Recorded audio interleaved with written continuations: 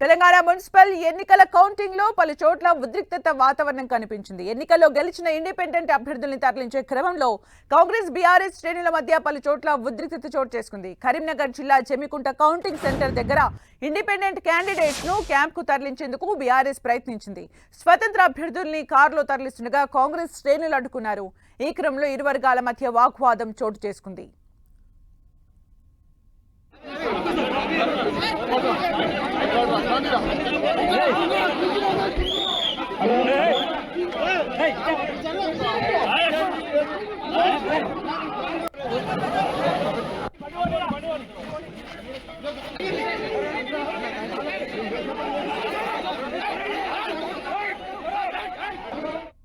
కొమరం భీం జిల్లా ఆసిఫాబాద్ లో ఇదే తరహా ఉద్రిక్తత చోటు చేసుకుంది. బీఆర్ఎస్ అభ్యర్థిపై ఇండిపెండెంట్ అభ్యర్థి విజయం సాధించారు. దీంతో స్వతంత్ర అభ్యర్థి వినోద్ ను కాంగ్రెస్ నేతలు ఆటోలో రహస్య ప్రాంతానికి తరలించే ప్రయత్నం చేశారు. దీంతో బీఆర్ఎస్ నేతలు కాంగ్రెస్ నాయకులను అడ్డుకున్నారు. దీంతో కాంగ్రెస్ బీఆర్ఎస్ నేతల మధ్య తీవ్ర వాగ్వాదం చోటు చేసుకుంది. కాంగ్రెస్ బీఆర్ఎస్ నేతల పెనుగులాటలో స్వతంత్ర అభ్యర్థి వినోద్ అక్కడి నుంచి తప్పించుకుని వెళ్లిపోయాడు.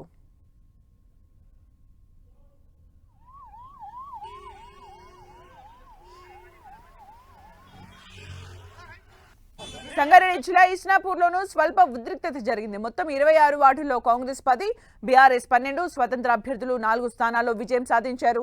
దీంతో మ్యాజిక్ ఫిగర్ కోసం 2 సీట్ల దూరంలో బీఆర్ఎస్, 4 సీట్ల దూరంలో కాంగ్రెస్ ఆగిపోయాయి. స్వతంత్ర అభ్యర్థులపై కన్నేసిన కాంగ్రెస్ బీఆర్ఎస్ వారిని కౌంటింగ్ సెంటర్ నుంచి క్యాంపులకు తరలించే ప్రయత్నం చేసింది. దీంతో అక్కడ హై టెన్షన్ వాతావరణం చోటు చేసుకుంది.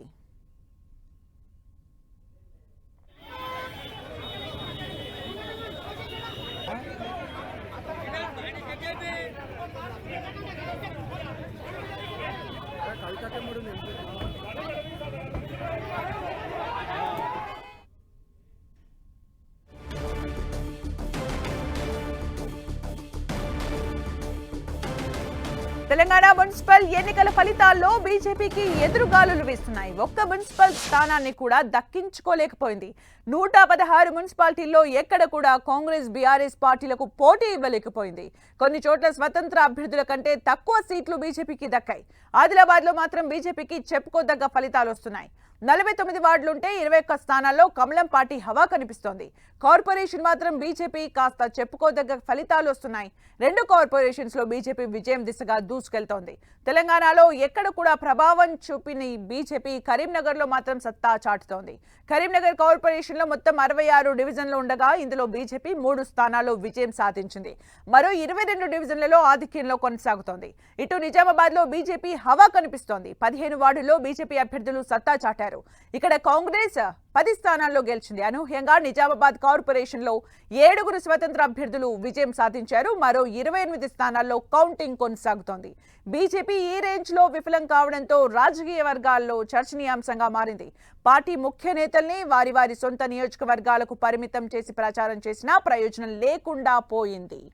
ఇక మరిన్ని అప్డేట్స్ మా ప్రతినిధి అజయ్ అందిస్తారు. అజయ్, ఈసారి బీజేపీ అంచనాలు తలకిందులైనని చెప్పుకోవచ్చు. భారీ అంచనాలతో అయితే బీజేపీ మున్సిపల్ ఎన్నికల్లో రంగంలోకి దిగినటువంటి పరిస్థితి. కానీ అందుకు భిన్నంగా అయితే బీజేపీ ఫలితాలు అయితే వస్తున్నటువంటి పరిస్థితి. 1000కి పైగా వార్డు కౌన్సిల్లు, కార్పొరేటర్లను కైవసం చేసుకుంటామని బీజేపీ అంచనాలు వేసినటువంటి పరిస్థితి అయితే కనబడుతుంది. కానీ అందుకు భిన్నంగా 244 వార్డులు, అదేవిధంగా 22 కార్పొరేటర్లను ప్రస్తుతం అందినటువంటి ఫలితాల మేరకు అయితే ఈ మేరకు గెలిచినటువంటి పరిస్థితి కనబడుతుంది. ఇవి కొంత పెరిగినప్పటికీ కూడా 300 లోపుకే పరిమితమయ్యే అవకాశాలు అయితే ఎక్కువ కనబడుతుంది. అయితే బీజేపీ విఫలానికి చాలా కారణాలు అయితే ఉన్నాయని చెప్పుకోవచ్చు. బీజేపీ నేతలు కూడా ఈ అంశాలపైన విశ్లేషిస్తున్నటువంటి పరిస్థితి కనబడుతుంది. ముఖ్యంగా ప్రభుత్వంపై ఉన్నటువంటి ప్రజలకు ఉన్నటువంటి వ్యతిరేకతను వాళ్ళకు అర్థమయ్యే విధంగా చెప్పడం, ప్రజా వ్యతిరేక విధానాలను వారికి అర్థమయ్యే విధంగా చెప్పడంలో బీజేపీ కొంత విఫలమైందని చెప్పుకోవచ్చు. అదేవిధంగా కేంద్రం నుండి మున్సిపాలిటీలకు వస్తున్నటువంటి నిధులను అవి కేంద్రం ఇచ్చిందని బీజేపీ చాలాసార్లు చెప్పినప్పటికీ కూడా అవి ప్రజలకు విశ్వాసాన్ని ఇచ్చే విధంగా చెప్పడంలో కొంత విఫలమయ్యాయని చెప్పుకోవచ్చు. అదేవిధంగా కాంగ్రెస్కు బీజేపీని ప్రత్యామ్నాయం అనే ఒక అంశం ఏదైతే ఉందో దాన్ని పబ్లిక్లోకి తీసుకెళ్లడంలో కొంత విఫలమైంది. కాంగ్రెస్కి ఆల్టర్నేటివ్ బీజేపీ అంటూ పదే పదే కాషాయ నేతలు చెప్తున్నప్పటికీ కూడా ఆ అంశాలను అయితే ప్రజలు నమ్మినట్టుగా అయితే కనబడట్లేదు. అదేవిధంగా కాంగ్రెస్ ప్రభుత్వం పైన బీజేపీ ఒక ఛార్జ్ షీట్ను కూడా తీసుకొచ్చింది. ఆ ఛార్జ్ షీట్లో అనేక అంశాలను లేవనెత్తింది. గత అసెంబ్లీ ఎన్నికల సందర్భంగానైతేనేవి, పార్లమెంట్ ఎన్నికల సందర్భంగానైతేనేవి కాంగ్రెస్ ఇచ్చినటువంటి హామీలు అమలు కాకపోవడంతో ఏ విధంగా విఫలమైంది, ఇట్లా అనేక అంశాలను అయితే వివరించినటువంటి పరిస్థితి కనబడుతుంది. దాన్ని కూడా ప్రజలు పెద్దగా నమ్మినట్టుగా అయితే కనబడట్లేదు. అదేవిధంగా బీజేపీ మున్సిపల్ ఎన్నికల్లో గెలిస్తే ఏ అంశాలను ఏ పథకాలను పబ్లిక్లో అమలు చేస్తారని ఒక మేనిఫెస్టోను కూడా తీసుకొచ్చింది. దాన్ని కూడా పెద్దగా ప్రజలు విశ్వసించినటువంటి పరిస్థితి కనబడట్లేదు. Thank you Ajay for the updates.